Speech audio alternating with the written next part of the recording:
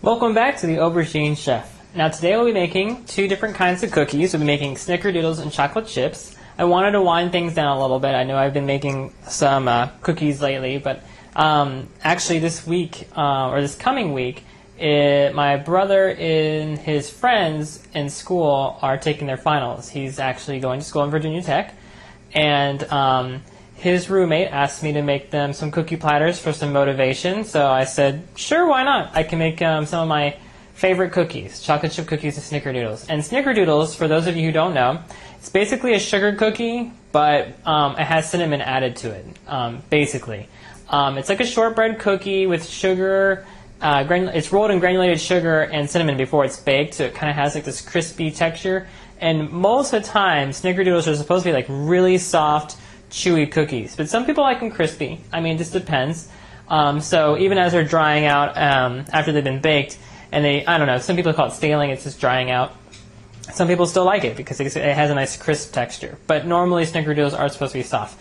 And this chocolate chip cookie recipe that we'll be making today too is not your typical Toll House chocolate chip cookie recipe, or chocolate chip recipe. It's a recipe I got from a bakery I used to work at, and it's a pretty popular chocolate chip cookie. Now, I don't know if you guys are going to like it. Give it a try. See what you think about it. And, something different. It's a little bit, I don't want to say tougher, but it's a little bit more sturdy than a typical chocolate chip cookie. It doesn't have a crumbly texture. It has kind of like a chewy texture, kind of dense, but it has some bite to it, but it's still a little firm. It's a different kind of chocolate chip cookie than you're probably used to. And what's great about this chocolate chip cookie is it can be made with all-purpose flour or bread flour. So if you have bread flour lying around, have it lying around, you don't have any use for it, go ahead and use it for a chocolate chip cookie recipe. It works just fine. So why don't we go ahead and get started with the Snickerdoodles, because the Snickerdoodles have to refrigerate and chill for a while. So right here, I have 2½ cups of all-purpose flour, or 14 ounces, 2 teaspoons, or 3/8 of an ounce, or 10 grams, of cream of tartar. I have 1 teaspoon, or 6 grams, of baking soda, and a ½ teaspoon, or 3 grams, of salt, and I sifted them together. And remember, sifting aerates your ingredients and mixes them together, but more importantly, it breaks up some of those chunks, especially like cream of tartar, baking soda, and even baking powder, which we'll use in a different recipe. All those ingredients can kind of settle instead of in chunks, and you don't want chunks in your dry ingredients, so that helps break them down. In the electric mixer, I have 1 stick, or 4 ounces, of unsalted butter at room temperature, and I also have ½ a cup, or 3½ ounces, of all-purpose shortening. And I'm using the butter flavor shortening because I just find it has a better flavor than unflavored shortening. And in this bowl, I have 12 ounces of granulated sugar, which we're going to add to the butter and the shortening once we have them creamed together. And then I have 2 eggs and some vanilla extract ready to go. So it's a pretty simple recipe. We'll add the granulated sugar and the cinnamon at the end, because remember, we're going to roll the dough and then roll it in the granulated sugar and cinnamon. So we don't want to have it weighed out so quick because we still need to refrigerate it. So why don't we go ahead and get started making the dough. Okay, so we'll be using the paddle attachment. So we just want to cream together our shortening and our butter. Okay, once your shortening and butter have been mixed well together, go ahead and add 12 ounces of granulated sugar, and we'll cream that together. Alright, once your sugar and your butter and your shortening have been creamed together, we're going to add 1 egg at a time, so we're mixed together.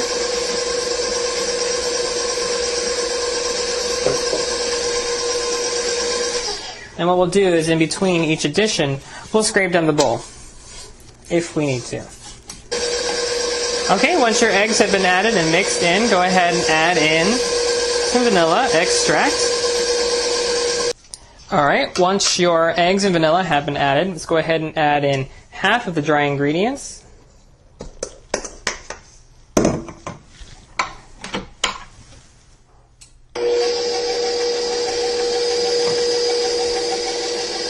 And then we'll go ahead and add in the remaining half.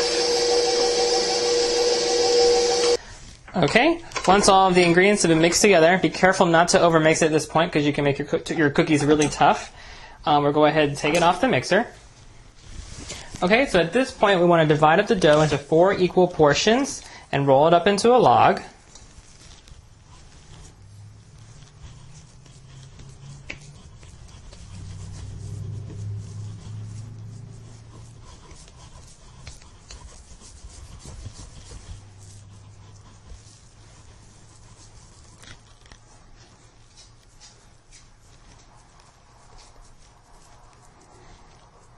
And then what we're going to do is we're going to wrap it up with plastic wrap, and then we're going to refrigerate it for at least an hour. 4 to 6 hours if you can, because that's best. But if you can't, 1 hour works just fine, and you can refrigerate it for as long as overnight, 24 hours. You know, as long as you use it the next day, it's fine. Okay, so I'm going to go ahead and finish wrapping up my dough. I'm going to clean up my dishes so we can get started on our chocolate chip cookies. Okay, so while our Snickerdoodle cookie dough is chilling in the refrigerator, let's go ahead and start on our chocolate chip cookies. Now I have all the ingredients weighed out, so I'll go ahead and tell you the measures as we go along. One thing you should know, because I got this recipe from a professional bakery, I don't have any of the measures, cups and tablespoons and all that. I only have grams and ounces, and I'm going to go by grams because it's going to be a little bit more accurate that way. But I'll have ounces on my website too, www.theauberginechef.com. You can always download the recipes for free. So let's go over the ingredients we have in this bowl. We have 187 grams of unsalted butter, which comes out to be about 1 stick plus about 5 or 6 tablespoons, more or less. Brown sugar, we have 277 grams. And granulated sugar, we have 136 grams. So we're going to go ahead and blend them together, or cream them together. Okay, once your brown sugar and butter and granulated sugar are mixed together and are very light looking and airy, we can go ahead and start adding in the egg. Now this recipe is a little unusual because the eggs, it's a weird amount. It's not exactly, doesn't come out to be rounded up to a single egg. You can add just 2 eggs. That's perfectly fine. The recipe calls for 87 grams, which actually comes out to be 1.5 eggs, more or less. So what you can do is you can just beat your eggs together and then just weigh it out that way. Or, like I said, you can just do 2 eggs. It's fine. If you want to be more exact, weigh it out. If you just want to get it done quickly, just use 2 eggs. It's fine.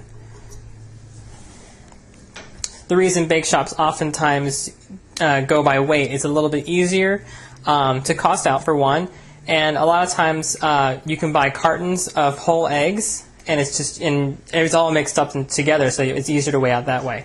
Now the bake shop I worked at did have fresh eggs, so it's not like they don't use fresh eggs or shell eggs, I should say, because it was still fresh, because it was it's not really an egg product. It was just an egg in a carton. But anyway, I'm babbling on. So what we're going to do is we're going to go ahead and on a low speed, we'll just add our egg product, or mixed egg.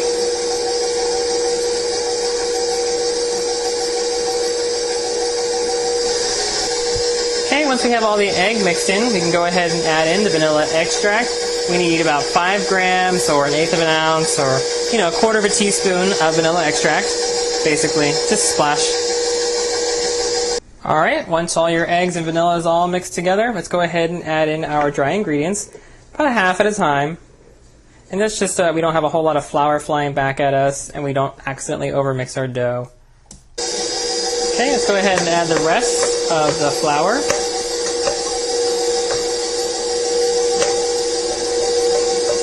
And, oh, sorry, I forgot to give you the measurement.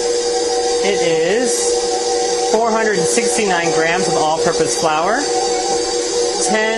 11 grams of baking soda, 6 grams of baking powder, and 2 grams of salt, and we sifted them together. Now at this point, we can go ahead and add in our chocolate chips. Our flour hasn't been completely mixed in yet, so it's a good time to add them in. Now, to make chocolate chip cookies your own, what you should do is find your favorite candy bar, a candy bar that you really like, a chocolate bar, and break it up into pieces like chocolate chips. And that way, it'll have a more characteristic flavor, something that's more unique than just regular chocolate chips. It can be a little bit more expensive that way if you have expensive tasting candy, but at least the chocolate chip cookies are more of your own. A lot of times that's what bake shops do. They don't necessarily buy candy bars, but they'll buy whole slabs of chocolate and then they'll shave it or chop it. So that way it's not just bulk chocolate chips.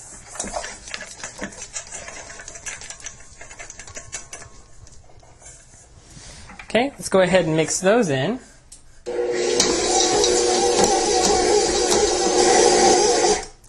Okay, once your chocolate chips or chocolate pieces have been added in, oh, by the way, that was 319 grams of chocolate.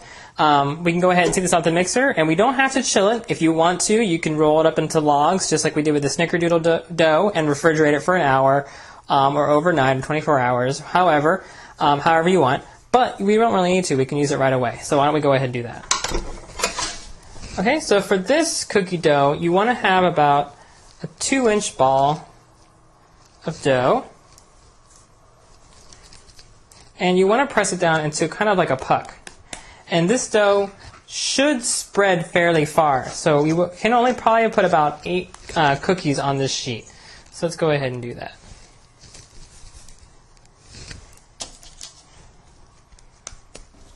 Now, one good trick that bake shops like to do, so that way they can handle the high production, is that they'll make a lot of chocolate chip cookie dough, and they'll create the pucks ahead of time, and what they'll do is they'll freeze them individually. So you can't really box them all up in puck form because they might stick together while they're freezing. So they'll freeze them like this, and then they'll box them up after they're frozen solid, because once they're frozen solid, they shouldn't really stick together again.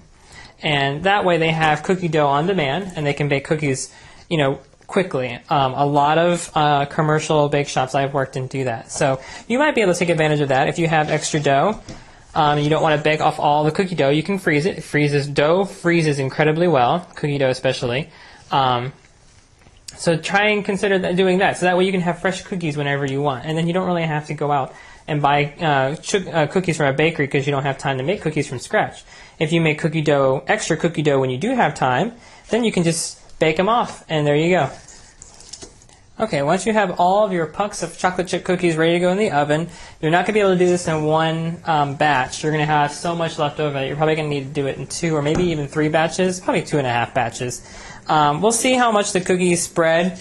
I was thinking 6 on a tray, but I'm going to try and push it and do 8, so that way we can get just a little bit more done at the same time. We're going to bake them at 350 degrees. If you want, you can double pan your sheet pans. Otherwise, we're going to bake them for about 8 to 10 minutes, and we're going to rotate them halfway through. And what I mean by rotating is the pan on the bottom is going to be moved to the top, the pan on the top is going to come to the bottom, and then we're also going to literally turn our pan around. So that way, all the cookies get baked evenly and exposed to the same amount of heat in the same way, hopefully, as best as we can. Now, I'll put this in there. I'll put this in here, sorry. Convection ovens, the ones that have a fan that blow air around, those are a little bit better about evening out the heat. So if you have a convection oven with a fan in it, you don't really need to rotate your pans. You can still do that for good, in good faith, because those ovens can possibly still get hot spots, but the fan is trying to eliminate the possibility of there being uneven baking. Anyway, let's go ahead and bake these off. Remember, halfway, 350 degrees, 8 to 10 minutes. More or less. You may need to bake it for 12 minutes. You may need to bake it for 6 minutes. Just keep an eye on it. And about 4 minutes of the way through, we're going to switch the pans or rotate the pans in the oven. Okay, so once you have your chocolate chip cookies baked, you can go ahead and move on to the Snickerdoodles. Remember, this dough has been chilled in the refrigerator for at least an hour, and you can do it for as long as overnight if you need to. And then what we're going to do is we're going to cut it up into 12 equal pieces. So cut it in half, then cut it in half again to make quarters, and then cut each quarter into thirds. Okay, and then with each piece, just roll it up into a ball. And then in this bowl, we have 2 ounces of granulated sugar and 5 grams of cinnamon. And what we're going to do is we're going to roll it around in the bowl until it's completely covered. Then on our sheet pan, we're going to place them about 8 on each sheet pan, just like we did for chocolate chip cookies. And then we're going to bake them in an oven between 300 and 350 degrees. You can do the same thing for chocolate chip cookies too if you find that your chocolate chip cookies are getting burnt. Bring it down to 300 degrees. So between 300 and 350 degrees for about 10 minutes. And remember to rotate your pans just like you did for chocolate chip cookies halfway through. Alright, so here are our finished chocolate chip cookies and Snickerdoodles. Now, if you're having issues with the cookies getting a little bit overbaked or too dark on the bottom, you can either double pan your sheet pans, or you can try a lower temperature like 300 or 325. And the key to very good Snickerdoodles is that they are, well, I think anyway, is that they're a little bit more chewy than they are crisp. So you actually want to aim for a little bit underbaked. And one cool thing about cookies that you can't really do with cakes or pies or anything like that is you can take advantage of carryover cooking. And what that is just when you take it out of the oven, the sheet pan is still hot, and if you leave your cookies on the sheet pan, they will continue to cook for another minute or two. So that can help cook the dough to its perfect temperature, or until it's done, but it still leaves it nice and chewy in the middle. So that way you can have a very delicious cookie without having to keep it in the oven and then risk over baking it. The other thing about carryover cooking is when you are pushing it and you're actually a little bit too you're getting to the point where it's almost over baked, you really need to take your cookie off the sheet pan right away and put it on a cooling rack or a wire rack. And that's because they can continue to cook on a sheet pan just like if they were underbaked, and they might actually end up being burnt or overbaked or dry. So you might just keep in mind when you work with cookies that carryover cooking can play an actually pretty big factor. Okay, so chocolate chip cookies and Snickerdoodles ready to go. Now, I hope you enjoyed these recipes. Remember, you can always download these recipes for free on my website, www.theauberginechef.com. And I hope you learned a lot today. Thanks for watching. And remember, the Aubergine Chef, demystifying dessert, one recipe at a time.